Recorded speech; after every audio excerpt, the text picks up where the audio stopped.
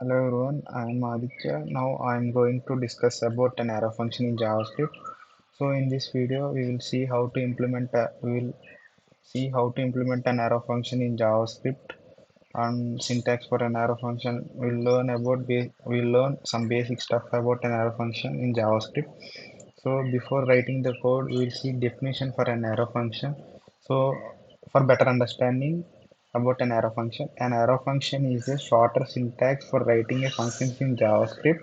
Means arrow function is a traditional way for writing in functions. So for example, if you consider in software industry, most of the people are preferred to use an arrow function because of its shorter syntax.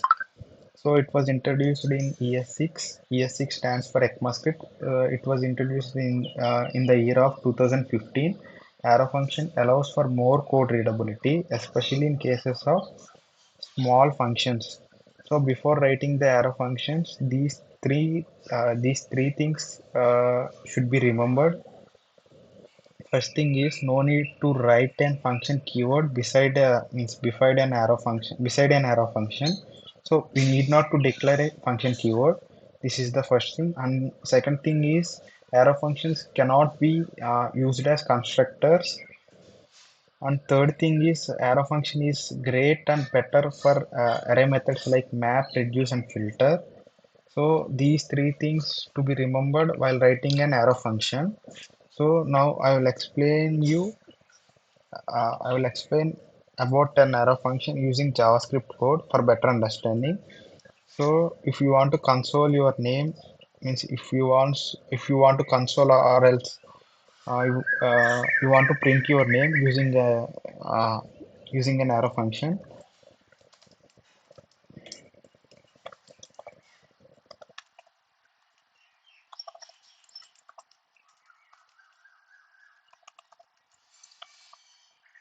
So after writing the whole code, you have to call the function for execution, right?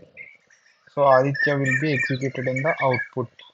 So this is the simple example for understanding about an arrow function. So I will show another example also.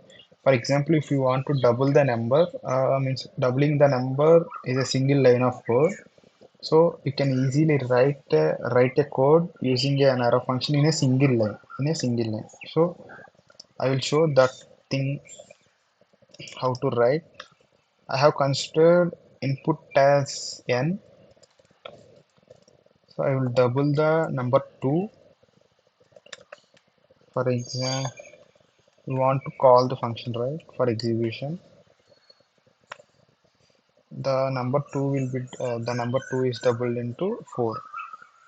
Likewise, 3 will be doubled into 6. So this is what an arrow function is. This is the is these two examples are very simple to understand and simple to analyze about an arrow function. So it is the simple example to understand about an arrow function. So it is the example for a, for better understanding. So I have used means while I am learning, I have used this example for better understanding about an arrow function. So this is what the arrow function is. So thank you.